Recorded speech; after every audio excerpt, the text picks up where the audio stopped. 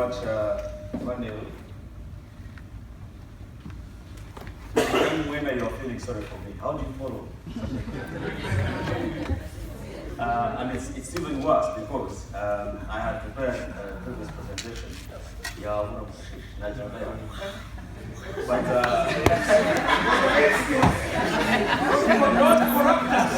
no, I'm not corrupting you. But while I was behind there, I put something together. But hopefully it captures most of the things that I was planning to talk about. And sometimes when the presentations, you stick to them. But hopefully this will allow me to speak from the heart. Some of the things I want to talk about, I've had a privileged few discussions with Dr. Muneni. He was here, he was the first guest to come here. And some of the ideas that we've shared, even over the time, he's actually captured them. One of which is about corporate structure and strategy for ICOB. I will not spend so much time on this one because luckily, unlike one of the Mbana people in the villages in Zanyachonga, you're all corporate. By way of definition, you understand what it means to run an organization. Imagine a scenario, you walk into the NHS, work on an accident, do you really want a cleaner to be treating you? No. You want a qualified doctor to be treating you.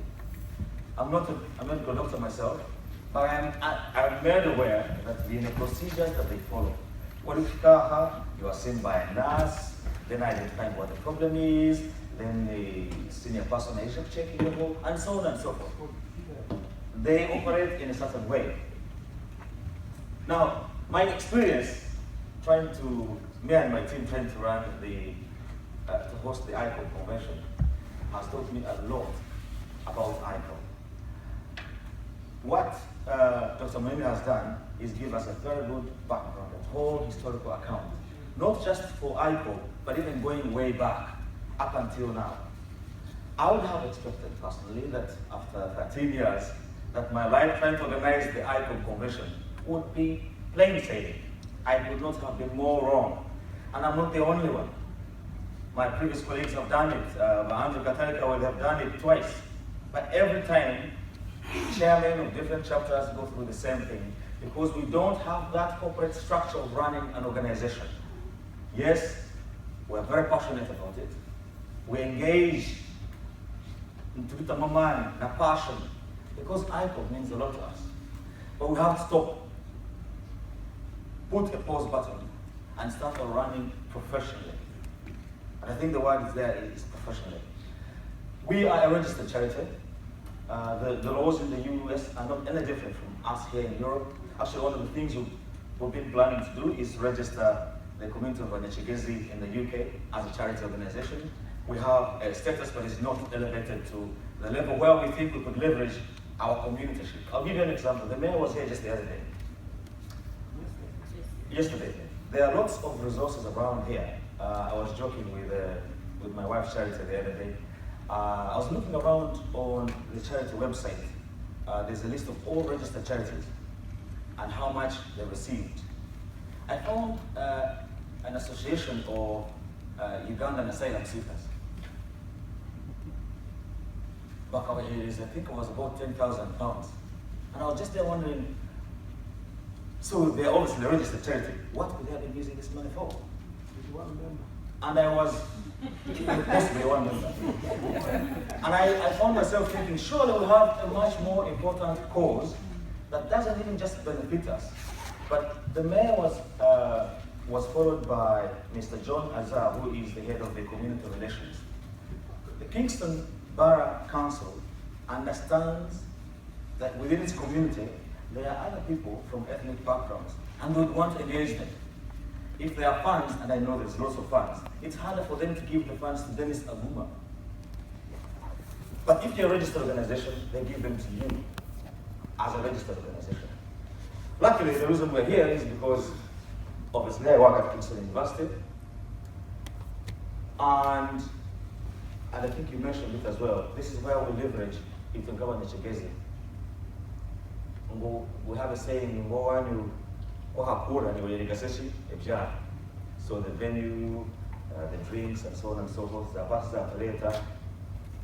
It's because of my personal relationship and profile here at the university that I was able to do that.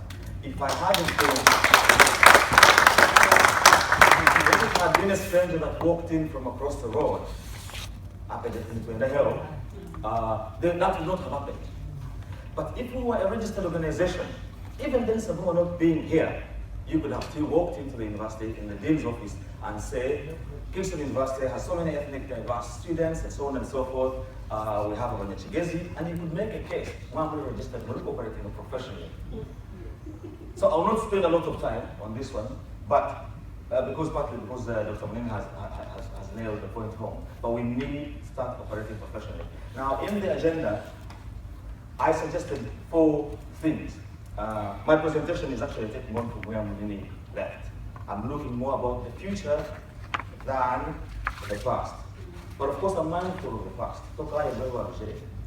I'm also looking at it from a youth's point of view. Times have moved on with all due respect. And young people now are starting multi-million-dollar businesses worth, billions of pounds. So you can't just discount them as well.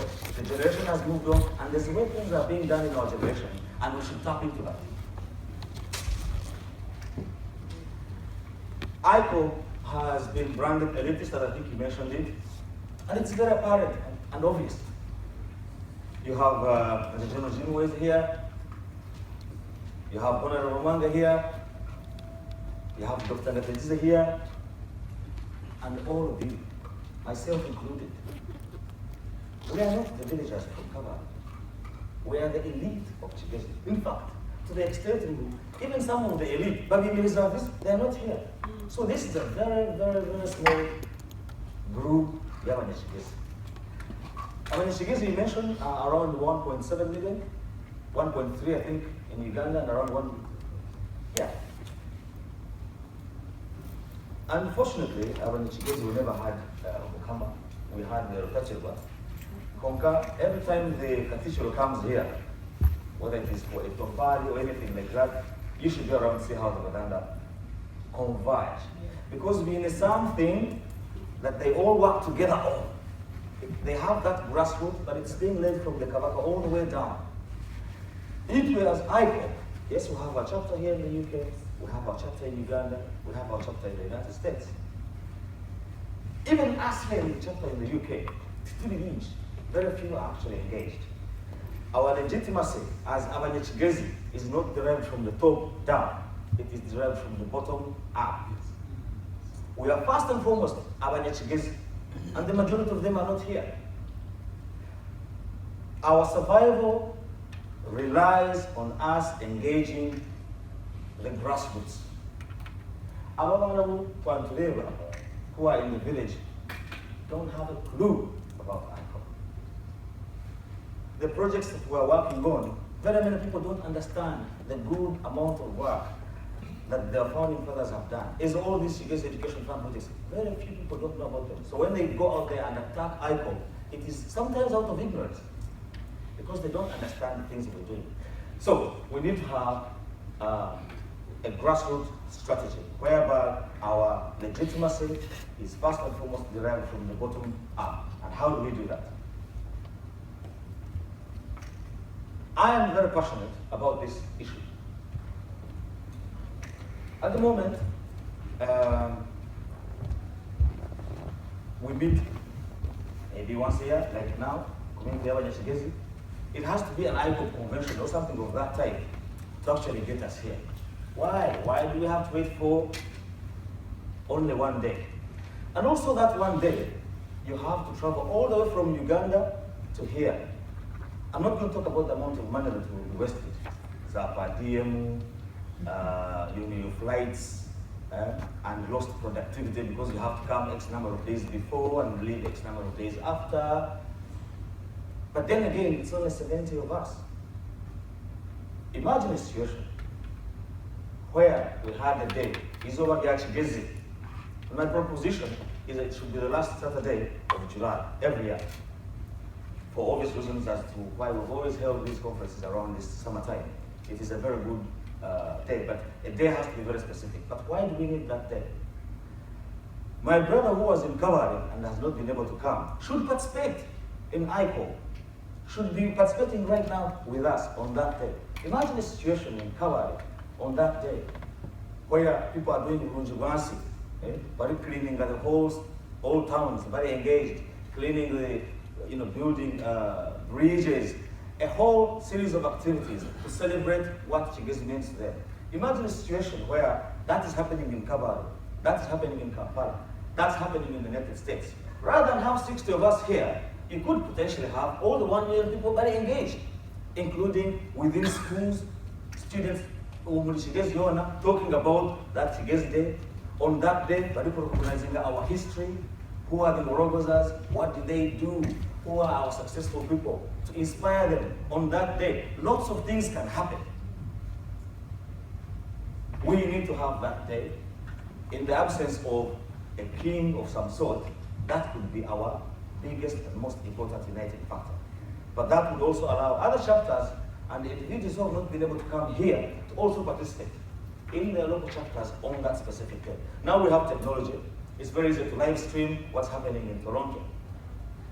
We could know what they're doing. So back to the point I mentioned earlier, that times have moved on and we need to adjust.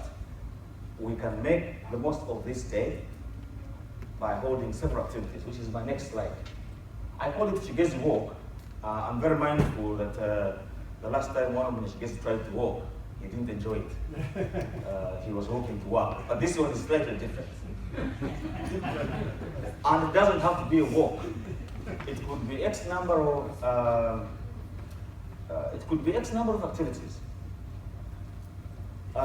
Most of you know we do London Marathon. I'm yet to do one. I put myself to task that I should do that one before I turn 40. A few weeks ago, our president, Ruth Biawaka, took a few people to Mountain Gorillas Kuzireva. Those activities help to galvanize people. And along that way, they collect resources. People, you get sponsored. I did once Good Walk. We used to have a UG diaspora organization at the time. And I participated in Good Walk. I remember my colleagues sponsored me. I raised about £700. And that was just me. Imagine all Banyakigezi in the UK if they were to participate in this Kigezi Walk and each one raised £200-300. Rather than have our convention, we could instead have that walk and walk all the way to Kabox Hill and have our picnic there, and people would sponsor you. You could very easily, us as Banyakigezi UK, raise it for £4,000. And imagine if that was being done everywhere, whether it's in Kabale, whether it's in Kampala, whether it's in Toronto, even in Japan. Kanun. That's sort of for that matter. I'm being told that Kabushenga run from Kampala. But you see the point I'm talking about. It has to be on that day, on that Kigezi day, a series of activities. No, but you could do something different. You could actually even do it within a family. In a family, you decide to do something. But that is not just an exercise of raising money. No, far from it. It's engaging the people. Engaging the people. You look around the world, what is also our history, Black Civil Rights Movement, you see Martin Luther King and everyone walking. It's a very powerful statement. You go to South Africa, you see Nelson Mandela. It's a very powerful statement. You go to India, Gandhi, they've done it all. There is power in abantu b'abakunganire with one cause. It is very powerful. At the moment, it is very easy to disorganize. Engage in Nogamba. It's because it is 1, 2, 3 individuals, and it is very easy. Quit the ICOB. All you need to do is just shoot 1, 2 people, and it's dead. Konkawa in the grassroots movement, where these people have been working for 1 year, 2 years. Imagine if we had done this in the last 10 years. By now, we'll be a powerful, big movement. And then there's something that comes with leveraging numbers. War in Noguru, for instance, one or Noguru.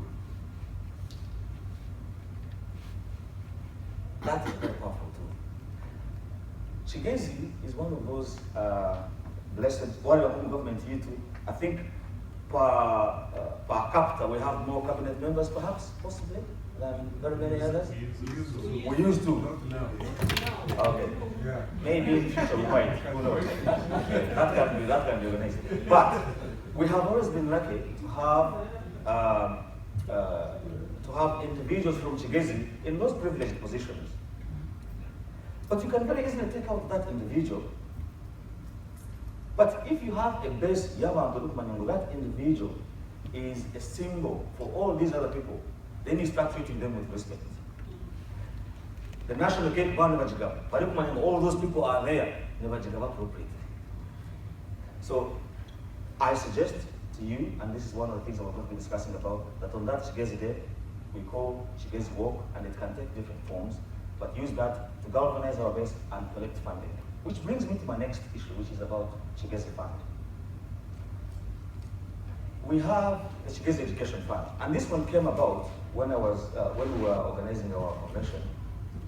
We all decided what should be the theme of the convention. We eventually zeroed in on the theme that we have now. And Beatrice Hamilton-Smith is perhaps the biggest champion of Kigezi Education Fund that I know. When I was writing invitations, I sent the first draft copy. She came back very quickly. Please, please, please, Kigezi Education Fund. I put it in. In fact, that Kigezi Education Fund is the tool that I used successfully to engage the business school. It was not just a bunch of people meeting, but we have charitable calls and so on and so forth. But there were other people who wanted things done differently because of their profession. People were talking about why do we have to give mandatory education? Why don't we do maternal health care, for instance? I'm interested in enterprise and equipping young people with enterprise skills. I think it's the future for job creation and so on and so forth. Why don't we have an aspect of that? But I know it's not a high priority, whatever, the way people are dying on our roads. So there are very many other aspects that we could support other than Kigezi Education Fund. People can have, we can have a fund as Kigezi. Kigezi Education Fund could be ring-fenced and could just be one of those. But people will have a much bigger option. As I said, from the walk. Imagine a situation where right now, when we have the dinner dance, we'll do our fundraising. Only the people in the room will be contributing to Kigezi Education Fund, which is very unfortunate. But if you have these Kigezi days and all these activities, and people are being sponsored from left, right, and center, then all that money goes into a pool called Kigezi Fund. And then the board can decide at the end of every year, or maybe at the annual general meeting, they can decide the priority next year is going to be maternal health care. Maybe we build a hospital in this particular place. But there's something much bigger than that. If you have a fund, as I'm looking running in a corporate way, there's a lot of money around. There's a lot of money around. All you have to do, first if you have a health project, and I'm not thinking on healthcare, but it's a big issue for Kigezi and perhaps most of Uganda. You can very easily go to World Health Organization or some of these other international NGOs and say, we as people, those people who have been working, millions of them, and it will be apparent from your social media, from your website, in the news everywhere, we from all over the world have contributed £60,000. But the hospital needs £120,000. It's much easier to go to the government and say, you should have built this hospital, but especially if the fund is managed professionally. You can leverage those numbers, you can leverage the amounts of money that you're collecting from everywhere and build one big fund, a big, massive fund where the board every so often can make the priorities. It does not have to be Kigezi Education Fund alone. And I have nothing against Kigezi Education Fund, hold behind it, but there are other things that we need to engage on. But until we address a corporate, we do things in a corporate way, mobilize our best to enhance our legitimacy and establish this fund, those things may not be realized. My last slide, you'll be pleased to know, is about Kigezi Awards. I hope the name is very obvious. awards. I have been fortunate and lucky to have received several awards here at Kingston University. So from a psychological point of view, I know what that means. It helps, it boosts your confidence. It's a good thing. But I've not done much, really, in the grand scheme of things. Our forefathers, right now, there are other people who are doing great things in Zakabare, Zarukunjiri, who are our unsung heroes. We should acknowledge and recognize them. Even posthumously.